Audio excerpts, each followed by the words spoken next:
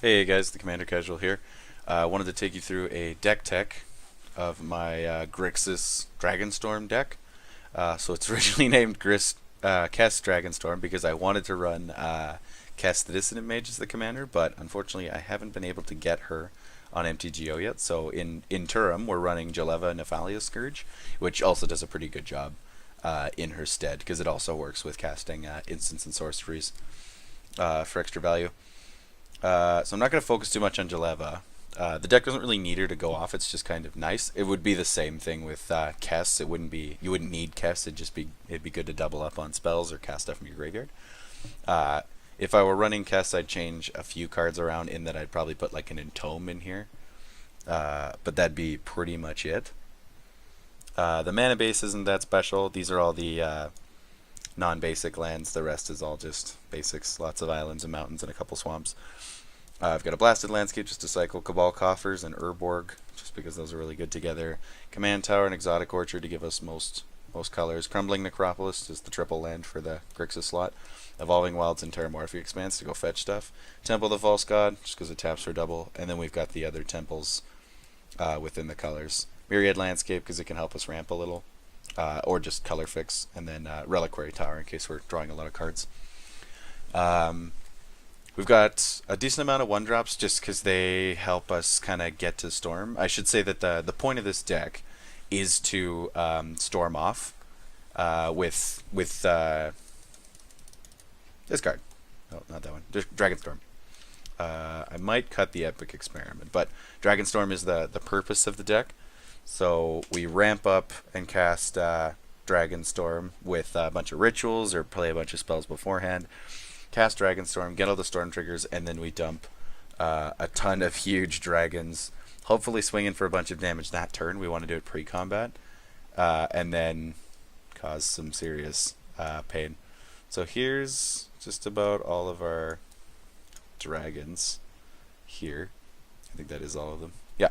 So we've got Thundermaw Hellkite, because it has haste. It'll also tap down any flyers our opponents control, so we can get in with our hasty dragons. Scourge of Vulcus is great. We usually grab him first for Dragonstorming a lot, so we'll dump dragons, and then we can do a ton of direct damage or use it as creature removal. Kolaghan Storm's Fury is tribal dragon effect that'll pump up all of our dragons so that when they all swing together, they do a ridiculous amount of damage. Hellkite Charger, Flying Haster, another big dragon, but it gives us the option of attacking again, and that'd be like the turn after we Dragonstorm, so that we can just decimate our opponents.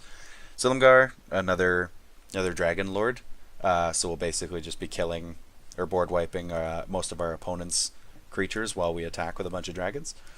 Dragon Lord Kolaghan's in here just because he gives everything haste, just in case, because there's a couple of these dragons that don't just have haste, like Udvara Hellkite, Silumgar, the other Kolaghan, unless we dash it. And then I think the Scourge doesn't either. Yeah, so we'll grab a Kolaghan if we want to play a bunch of stuff that doesn't have haste so that we can attack that turn. And then we've also got Tyrant's Familiar, just because it's really cool. It's a 5/5 flying haste. It'll be a 7/7 if we control Jaleva at the time we cast Dragonstorm. And then if we control Jaleva when it attacks, deals 7 damage to target creature defending player controls. So it's also just more creature removal. And then the rest of the deck is just built to facilitate working up to Dragonstorm. So we've got all these 1-drops, we've got a bunch of rituals, we've got Dark Ritual, I cut Rite of Flame, just because it didn't seem that worth it, but we got Desperate Ritual, Pyretic Ritual, Seething Song, the biggest one, Mana Geyser. And then our other dragon support is just Dragon Tempest, which again just gives everything haste and lets us essentially use Scourge of Vulcus' ability. So if we can drop that before we Dragonstorm, that's just another thing we can do. It counts towards the storm, and then also just gives things haste in case our Kolaghan, we can't tutor up our Kolaghan for whatever reason. We've got lots of card draw, got like Anticipates, Divinations, Deep Analysis, stuff like that. We've got lots of effects that reduce the cost of our instants and sorceries, so Primal Amulets, Jace's Sanctum, Goblin Electromancer, and Baral. Because we just want to cast as many things in one turn as possible so we can storm off with Dragonstorm. We've got Turnabout to untap our lands, again, counter our spell count. Mystic Retrieval gets stuff back from our graveyard. Baral's Expertise and Yeheni's Expertise. let us just cast extra spells for free. Same with Sunbird's Invocation. We do have a Mind's Desire, because if we can't get our Dragonstorm going, then we can try and Mind's Desire instead, and try and get some dragons, or we can Mind's Desire to try and get our Dragonstorm. Is also another option. Solemn for ramp. I've got a whole bunch of mana rocks. Again, those just help either contribute to our spellcast count, like our storm count, and color fix and ramp us into stuff. They're nothing special. And then the rest of the deck is, it's pretty much that. It's mostly card draw, rituals, rocks, and then some kind of storm abuse. Sunbird's Invocation I'm finding is making its way into just about every red deck I have, because this card is so utterly ridiculous in Commander. It's so good. As soon as it gets played, it gets destroyed though, so don't be too attached to it. We've got a Decree of Pain just as a board wipe or cycler.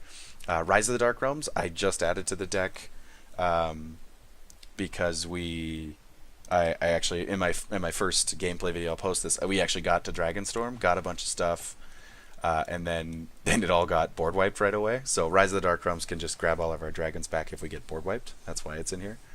And the Epic Experiment was better when I had a bunch of... I just cut just about all the other Storm cards to really go all in on the Dragonstorm effect, and I added a couple more dragons.